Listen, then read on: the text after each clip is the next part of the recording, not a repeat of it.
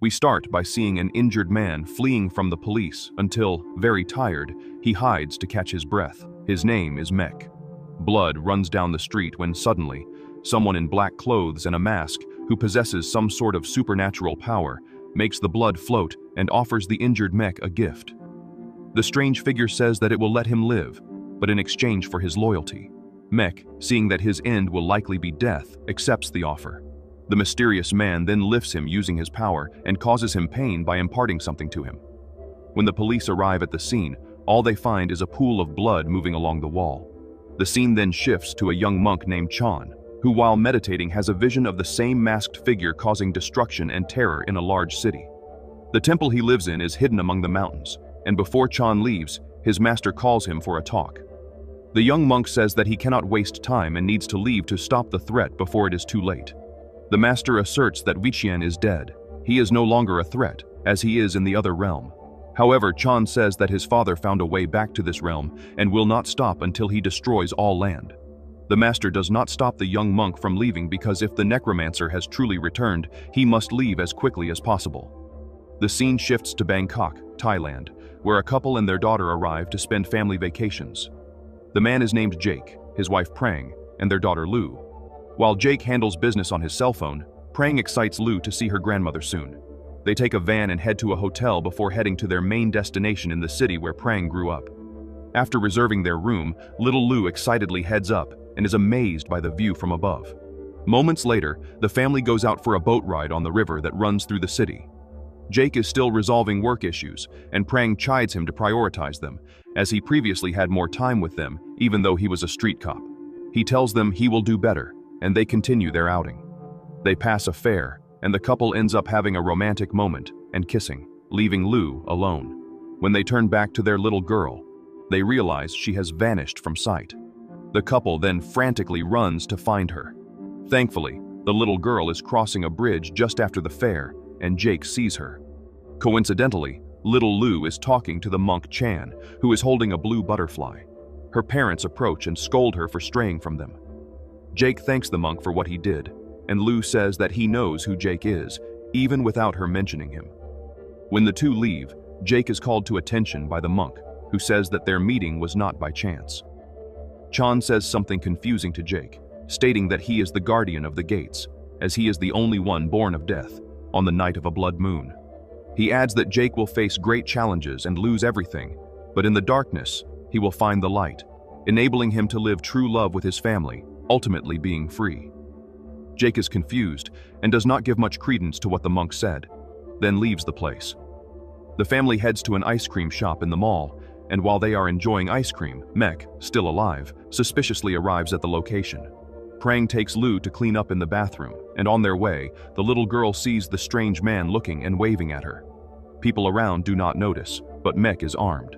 When a man bumps into him, he does not seem to get upset, but after moving away, he eliminates the man from behind. Thus, the madman begins an attack in the mall against anyone in his way. Terrified people flee in panic, while Jake goes to find his wife and daughter. The mall guards cannot handle the enemy and are easily killed. Still with the spirit of a cop, Jake tells his wife and daughter to hide, as he must act. He approaches the spot where the criminal Mek is about to take more victims. Cautiously, he gets closer, grabs the gun from a dead security guard, and points it at Mek, ordering him to surrender. The madman, however, utters some strange words revealing he knows a bit about Jake, aware of where he is from and that he has a family. Mek's appearance shows that he has something inside him and does not care about killing anyone. His shots nearly hit Jake, but unfortunately, yet another woman falls victim to the madman. More police arrive at the location, trying to stop the terrorist, but Jake is faster and shoots at him. Mek pronounces strange things, stating that hell has arrived, that his master told him the guardian would be there and the ritual would be complete. He thanks Jake for killing him, and then smiling, his body begins to glow and subsequently explodes. The explosion spreads throughout the city and releases a strange smoke that envelops the people around the mall. The most bizarre thing happens. When Prang and Lu exit the building, they see people attacking and killing each other. Scared, they return inside. They go to one of the stores, not knowing what to do. She hears banging nearby, and upon observing, she sees a woman attacking another person. Suddenly, a man appearing to be crazy tries to assault Prang, but she quickly takes him down and runs with her daughter. However, more aggressive people are coming in their direction. She tells Lou to slide down the side of the escalator. Luckily, Prang manages to knock down the enemies in front of her, and after that, she grabs her daughter and they run away. When Jake regains consciousness, he and the cop look around to check if the enemy is still there. The lawman introduces himself as Arat and asks how they survived the explosion, but Jake cannot say. Prang and her daughter head outside the mall and already on the streets, observe that people have gone mad. Terrified by everything happening, they manage to lock themselves inside a nearby convenience store and see that death has already passed through there. Arat asks about the crazy shooter who blew himself up, since they don't find his remains there, nor those of the people who were killed. The policeman begins to get worried about the occurrence, and then they hear noises like screams echoing around. They check upstairs and encounter a woman with her back to them holding a blade. Arat approaches her, offering help, but when the woman turns, her face no longer appears to be that of a normal person. She attacks the policeman, and unfortunately, poor Arat dies. Jake shoots at her body, but it has no effect. The woman attacks, but fortunately, he knocks her down and manages to move away from her. However, the creature is not defeated and soon rises again. Jake hides, but the woman, no longer a normal human, walks on the ceiling, leaving him terrified. Suddenly, he is dragged among the clothes and tries to shoot at the woman, but misses all and barely escapes the blade's blows. He runs to the floor above, but cannot find his family. Meanwhile, Prang and her daughter decide to return to the hotel to wait for Jake since grandmother's house is too far away. Prang grabs her cell phone but discovers it has no signal. She then goes to the front desk to see if the landline is working, but suddenly, a crazy man enters the store. His eyes are no longer dark, but rather a completely blue tone, as if possessed. Little Lou tries to hide from the man who is sniffing her scent. When the little girl becomes cornered, Prang surprises the possessed man and knocks him down with a baseball bat. Back to Jake. He searches for his family but finds no one, only the demonic woman who wants to eliminate him at all costs. But this time, he manages to pin her against a pillar with a rope and leaves her there, uttering horrid shrieks. Meanwhile, Prang manages to exit the store and is moving among the buses in a terminal, hoping not to be seen with her daughter there. Thankfully, a normal person calls the two to get inside a bus, and there they are safe. Prang asks the driver why they are not leaving, but he says he does not have the keys since his bag fell and no one inside has the courage to retrieve it. Jake walks through the mall when suddenly he sees the possessed woman free and hunting him again. Not finding him, she enters a pool of blood in the wall, something like a portal. Seeing that no one would go out to get the bag, Prang decides to take the risk to retrieve it. Upon succeeding, she returns to the vehicle but is dragged outside. Luckily, one of the bus occupants goes out to help and ends up becoming a victim of the possessed instead of Prang. But now, with the keys back, the driver manages to get them out of there. Jake seems to arrive at the same bus terminal where his wife and daughter were, but as if in a different dimension, as everything around him appears abandoned and devoid of life for a long time. He quickly realizes this when a gigantic, monstrous humanoid being emerges and begins to follow him. However, he narrowly escapes and manages to distance himself from the giant creature. In the bus, the driver reaches an area where there is no way to pass, so Prang and her daughter decide to continue on foot. The two proceed along the highway among the wrecked cars toward the city center, which is in chaos. Meanwhile, the gigantic humanoid continues the pursuit of Jake, who soon comes across a dead end. Luckily, the monk appears through a door and invites him in. Chan says that the giant cannot catch them there, and that if Jake wants to return to his family, he must follow him. Not understanding anything, Jake follows and asks where they are. Chan says they are in his room, a safe place, just in another reality. The realm they are in is called Obstacle, an environment between heaven and hell, a place that houses those who have gotten lost during their journey. Jake is questioned about what he remembers and what the shooter in the mall said to him. Jake says that the man called him Guardian and that his master was resurrected. The monk confirms the title of Guardian bestowed upon Jake. However, he is the guardian of the gates of hell. Chan states that Jake's actions completed the ritual, thereby opening the gates of hell, and demons are free to roam the earth, possessing the weak and causing destruction and death. The monk confesses that the enemy is his father, a very powerful necromancer named Wichian, and it will not be long before he returns with all his power. Chan declares that the ritual is complete and soon the gate to hell will be fully opened with no turning back. However, Chan states that if Jake opened it, he is the only one who can close it. Jake asks why he is the guardian. Then the monk explains the reason. He says that Jake was born from a death birth, where his mother died giving birth to him, and that this happened on the night of a blood moon. Jake does not care about his fate and only wants to find his wife and daughter. Before he leaves, the monk states that if Jake helps to close the gates, he will be saving his family. Jake then accepts and decides to help. Meanwhile, Prang and her daughter reach the hotel and slowly head to their room, trying their best not to make noise so that the possessed people do not hear them. However, this is futile as they are seen and attacked. Prang, with great effort, manages to get rid of all who appear and finally enters her hotel room. Through the window of her room, Prang and Lu see the city outside, in complete chaos and destruction. Prang tries to contact Lu's grandmother, but the line is out of service. The little girl is very scared by everything happening, and her mother comforts her. Jake and the monk walk through the streets of that dark dimension to find Mek, who is also there. The monk tells the story of his father, the cause of all this, and how he became what he is now. He explains that his father was also a monk, but thirsty for power, he stole 2 scriptures from his master: the scripture of architectural eternity and the scripture of soul energy absorption. The scriptures, as they were being read, also consumed the man. Seeing that his body was falling apart, he needed a new one and tried to steal his own sons.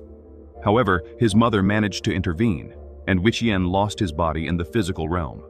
But in the failed possession, he inadvertently left something to his son: his knowledge of the 2 scriptures, both the architectural one and the one of energy absorption of souls. Chan comments that if he could return that knowledge, he would, as he does not desire it. However, while they are still talking, they hear a woman scream in the building next door, and Jake, without thinking, runs to save whoever it is. Chan shouts for him not to enter, but the deluded man does not hear him and goes in.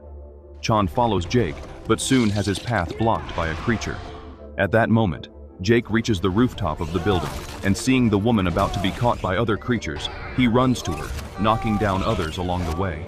Upon reaching the woman, he realizes it is the same young woman who was killed in the mall earlier by Mek. Jake says he saw her in the mall, and she remembers, stating that at that moment, she was trying to call her ex-boyfriend, who had cheated on her. At that moment, the gigantic creature approaches where they are, and Jake pulls the young woman so they can hide. But before they can enter through the door again to go downstairs, the monster destroys everything, and they are forced to change direction. Even running as fast as they can, the creature grabs the young woman and then devours her head, carrying her body away. Chan arrives just as the monster departs. Later on, Chan explains that the young woman was merely the lost soul of the girl who died in the mall, and that the giant monster is known as Preta and devoured her soul. Chan then finally reveals that Jake was killed in the explosion. The man panics with this information and wonders how he can help his family now. Chan also explains that the knowledge of the scriptures has given him the ability to walk in both dimensions, both the physical and that one. Jake still cannot understand how he can do anything to help his family, who are in the physical reality, since he now belongs to that reality. Chan then explains that for this, they need to find a receptacle for him and calls him to do that. Prang and her daughter are at that moment resting locked in their hotel room when she hears knocks on the door and someone calling her name. She sees it is Jake's voice and opens the door, seeing him right in front of her. However, at that moment, we see that in the other dimension, Jake is still walking with Chan. They are being followed by a demon, and they hurry to get out of there. However, when they enter the place they need to be, they find it filled with demons.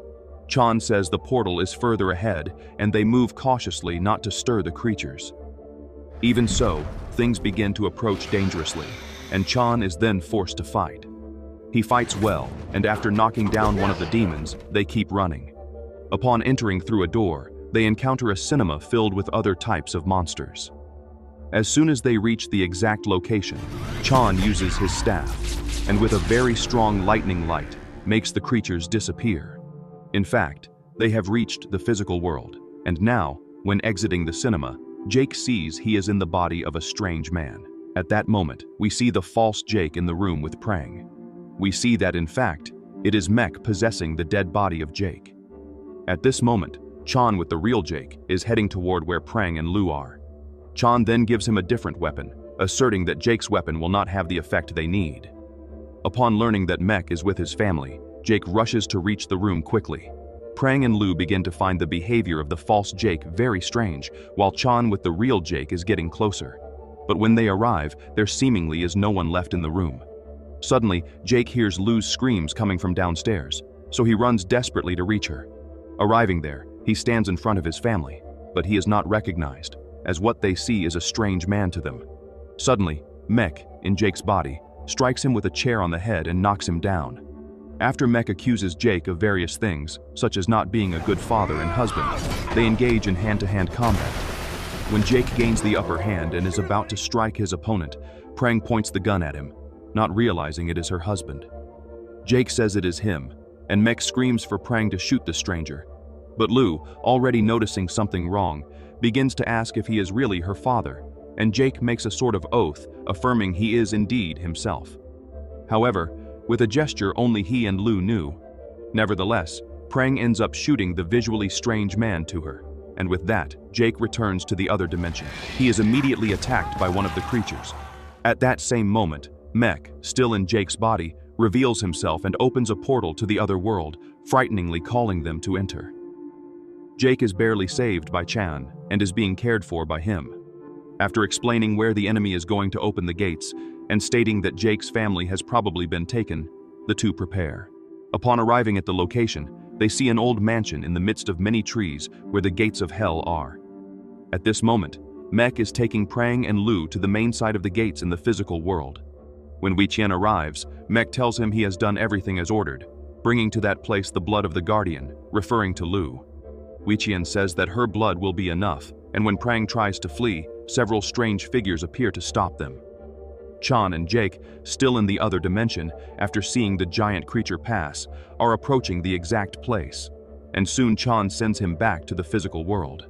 Weiqian is about to complete the ritual using Lu, when suddenly Jake arrives in another body and begins to fight against all controlled by Weiqian.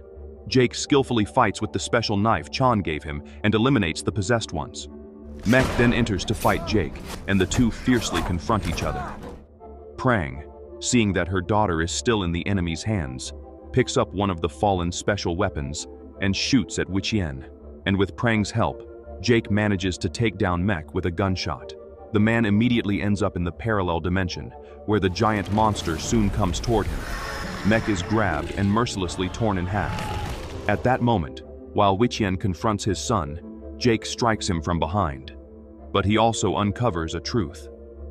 Weiqian says that Chan did not fully explain what is needed to close the gates of hell. His last words before vanishing are that for such an act, the Guardian must enter through the portal. Jake is devastated and goes to talk to his family. He bids farewell to his two beloved people and, crying, asks Chan to take care of them. Jake walks with Chan, saying he will find his way back. Chan says he believes in him and that he can succeed, that his journey is only beginning. As Jake enters the gates of hell, his family arrives safely at Lu's grandmother's house.